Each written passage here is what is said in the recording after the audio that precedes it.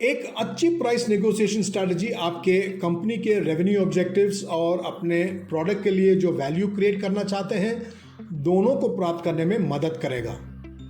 लेकिन इसके लिए हमें एक प्लान्ड प्रोसेस फॉलो करना होगा।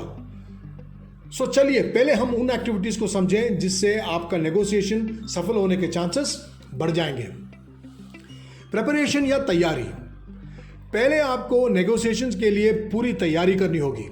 तैयारी आपकी बार्गेनिंग पोजीशन को मजबूत करती है क्योंकि आपके पास पहले से ये जानकारी होगी कि आप क्या एक्सपेक्ट कर सकते हैं। इसके लिए आपको कस्टमर के सभी एक्सपेक्टेशंस को समझना होगा और उनका आपकी नेगोशिएशन और कंपनी के ऑब्जेक्टिव्स पर क्या प्रभाव पड़ेगा। फिर अपने सभी ऑप्शंस को लिस्ट करें जिन्हें आप ऑफर कर सकते हैं ताकि जो ऑप्शंस ऑफर करें वो कस्टमर की एक्सपेक्टेशन से मैच करे और आपको नेगोशिएशन में सफलता दिलाए। दूसरा एक्शन पॉइंट, डिस्कशन और अप्रूवल्स।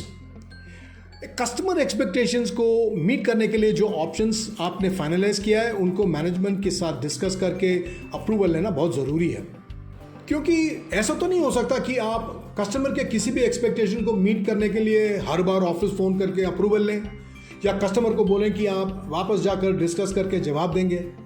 नेगोशिएशन वहीं खत्म हो जाएंगे। इसलिए जब आप नेगोशिएशन के लिए जाएंगे तो आपके पास सारे ऑप्शंस के अप्रूवल्स होने चाहिए ताकि आप वहीं के वहीं जवाब दे सकें। इससे कस्टमर को लगेगा कि आप पूरी तैयारी करके आए हैं और आपको रिस्पेक्ट करेगा और आपके ऑप्शंस एक्सेप्ट होने के चांसेस भी काफ़ी बढ़ जाएंगे। अब आपको अपने अप्रोच के बारे में सोचने की ज़रूरत है। आपकी स्ट्रैटेजी क्या होगी? आप क्या प्राइस ऑफर करना चाहते हैं? क्या वैल्यू डिलीवर कर पाएंगे और इससे कस्टमर को क्या बेनिफिट्स मिलेंगे? मोस्ट इंपॉर्टेंट, अगर आपका प्रपोजल एक्सेप्ट नहीं होता तो आपके पास और कोई प्लान है क्या या नेगोशिएशन वहीं रुक जाएगी? एक ऑल्टरनेट प्लान होना जरूरी है, एक प्लान बी। जैसे स्कोप ऑफ वर्क को बदल दें, इसको एक लिमिटेड एंगेजमेंट बनाएं जो समय के साथ बढ़ाया जा सकता है। इससे डील साइज कम हो जाएगा, कस्टमर के लिए इन्वेस्टमेंट कम हो जाएगा और ये नया प्लान एक्सेप्ट होने के चांसेस भी बढ़ जाएंगे। कुछ भी हो, एक प्लान भी होना जरूरी है। बार्गेनिंग करते समय आपको ये इंपॉर्टेंट पॉइंट्स याद रखना होगा। भले ही आपके पास कंसेशंस और डिस्काउंट्स के लिए मैनेजमेंट से अप्रूवल्स होंगे, लेकिन उन्हें आसानी से नहीं देना चाहिए। आपके प्रत्येक कंसेशन के बदले में आपको कुछ ना कुछ मिलना चाहिए।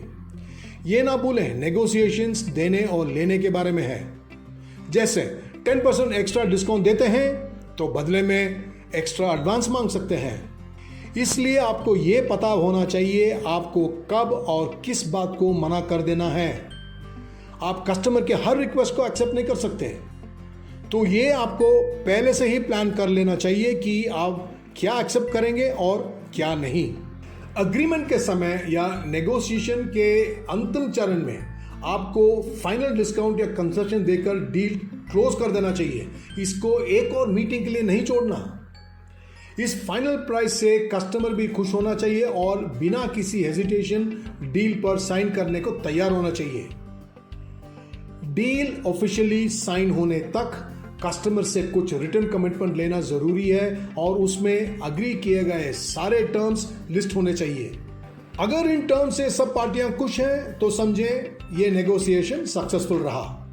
यदि आप हर एक नेगोशिएशन के लिए इस प्रोसेस का पालन करेंगे और सभी आवश्यक होमवर्क करेंगे तो नेगोशिएशन में आप जो फैसला चाहते हैं उसे प्राप्त करना आसान हो जाएगा और परिणाम से सभी पार्टियां भी खुश होंगे।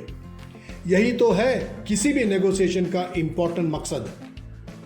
ये वीडियो देखने के लिए धन्यवाद। मेरे चैनल को सब्सक्राइब करना ना भूलें और नोटिफिकेशंस के लिए बेल बटन दबाएं।